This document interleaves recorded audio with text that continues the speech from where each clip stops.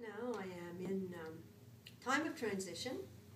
I have just finished 10 years of work on the general leadership for my congregation, and I have had a wonderful sabbatical, and presently I am trying to settle into a new community with another 6 people. My new community is really kind of interesting. What I really like about it is international, at least to a degree. We are 6 people living there full-time, 1 young sister from Central America who is studying here in Montreal, another younger sister from Cameroon who is also studying here in Montreal, a sister who spent 40 years of her life in Honduras in our missions and who has just returned to Quebec, myself, an English-speaking Montrealer by birth, and 2 French-Canadian sisters. And we've come together to really try to set up an intergenerational and an intercultural community. One of the main focuses of our particular community is that we want to be open to young people. We want our house to welcome them. We want to welcome any young woman who might be thinking of religious life or who just wants to really come and see how sisters live or what they do.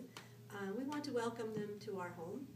And we have already had a visitor who is actually thinking about religious life, a young woman who came and had prayer with us and supper, and then with whom we shared for most of the evening. It was a delightful evening. I think we all enjoyed it. Well, if you had asked me when I made profession, would I be visiting every area of the congregation, I would have thought you were dreaming in Technicolor. If you thought I would be doing that. But my 10 years on the general leadership provided me with the most wonderful opportunity of going to every place in the congregation where we have sisters and visiting with our sisters and seeing our sisters right there where they live and where they do their ministry.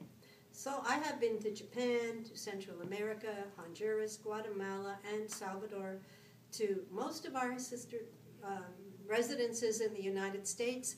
I have been to the French-speaking houses in Quebec, New Brunswick, and to the English-speaking houses in Canada, and to our houses in France.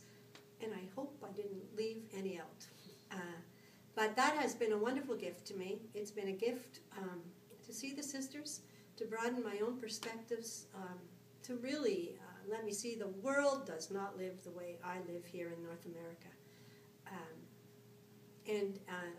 I guess that's why I'm in an intercultural house right now, because I think the future of my congregation lies in that direction, and I'm glad to be part of building it. Well, I think Marguerite Bourgeoys, she did come to teach school, but her concept of teaching school was to liberate the individuals to become the fully developed persons they could become. I think in today's world there's still a need for people to be freed from whatever prevents them from developing their entire potential.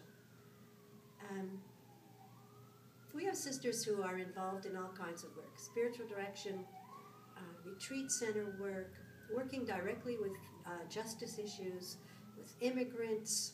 We do have sisters who still are in school, both in Canada, in the United States, and in Japan.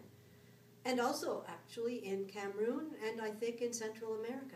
But it is not the same focus that it was when I entered the community.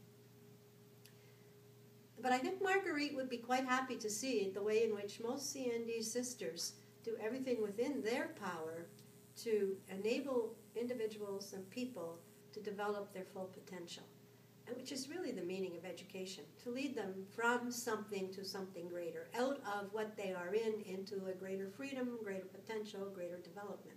So I think she would be quite happy with what she sees.